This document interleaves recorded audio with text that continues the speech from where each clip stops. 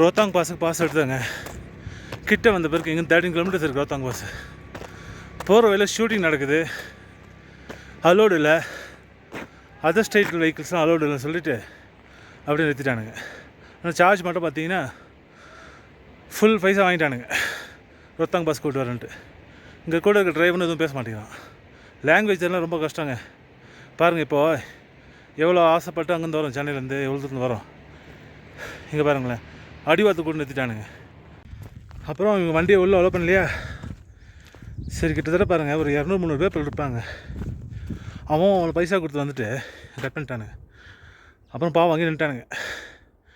ATV vehicle இருக்குது, அதில் கேட்டால் ஒரு ஆளுக்கு 7000 ரூபா ஆகும் மேலே போய்ட்டு வரத்துக்கு.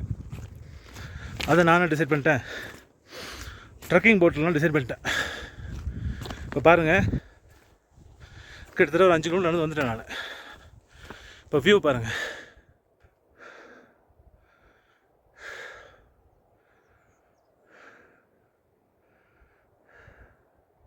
தெரியுதா? மேலே போயிட்டே இருக்கோம். போயிட்டு எப்படி இருக்குன்னு பார்ப்போம்.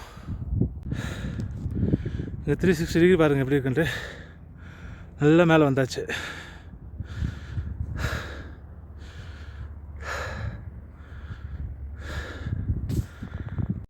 எவனோ ஒருத்தன் நமக்காகவே அழகாக கொடியெல்லாம் கட்டி இடத்தட்ட பார்க்கா பண்ணியிருக்கானுங்க.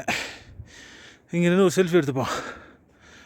ஓ, செமையாக இருக்குது. ஃப்ரெஷ்ஷான ஏர், என்ன ஆக்சிஜன் கம்மியாக தான் இருக்குது. மூச்சு வாங்குதே, பார்த்தா தெரியலையா? இன்னும் கொஞ்சம் தூரம் தான் ஐஸ் மவுண்டனுக்கு. இங்கே வந்து ஒரு வேலி கட்டுற பாருங்க.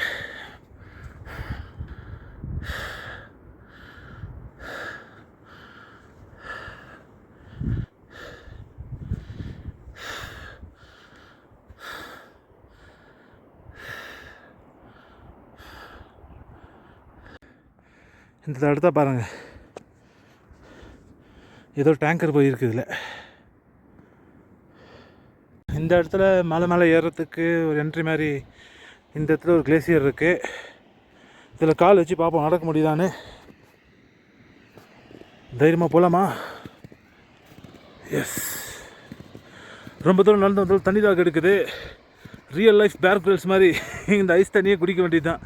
எங்கேயாவது ஊற்று தண்ணி மாதிரி இருக்குதான்னு செக் பண்ணுவோம். அங்கே தூரத்தில் பாருங்கள் ஒரு ஃபால்ஸ் தெரியுது. அதுக்கிட்ட போயிட்டு நம்ம தண்ணி குடிக்க முடியுதா செக் பண்ணலாம்.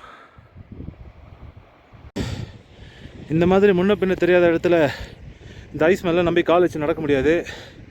திடீர்னு உள்ளே போயிடுச்சு, ஆழமாயிடுச்சுன்னா சுற்றி காப்பாற்ற கூட ஆள் கிடையாது.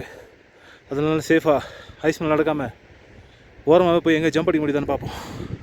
Most we achieve our destination கிட்ட வந்தாச்சு நினைக்கிறேன். பாருங்கள் எப்படி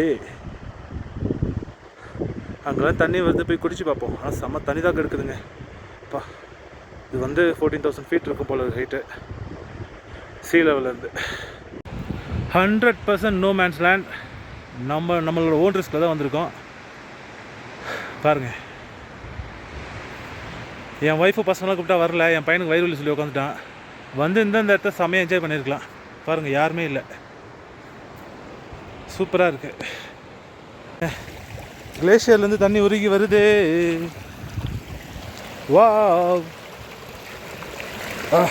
நல்ல நம்ம ஒரு நல்ல பூட்டு ரெண்டுக்கு எடுத்ததால் பிரச்சனை இல்லை. வாட்டர் ப்ரூஃப் பூட், தண்ணியிலே நடந்து போகலாம்.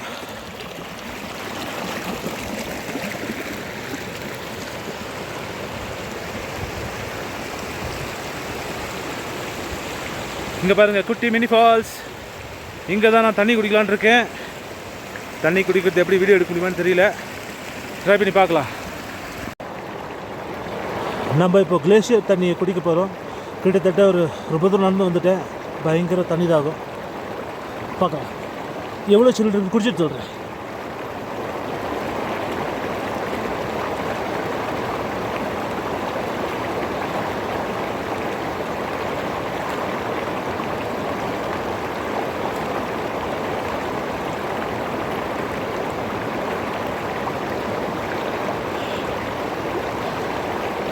High school.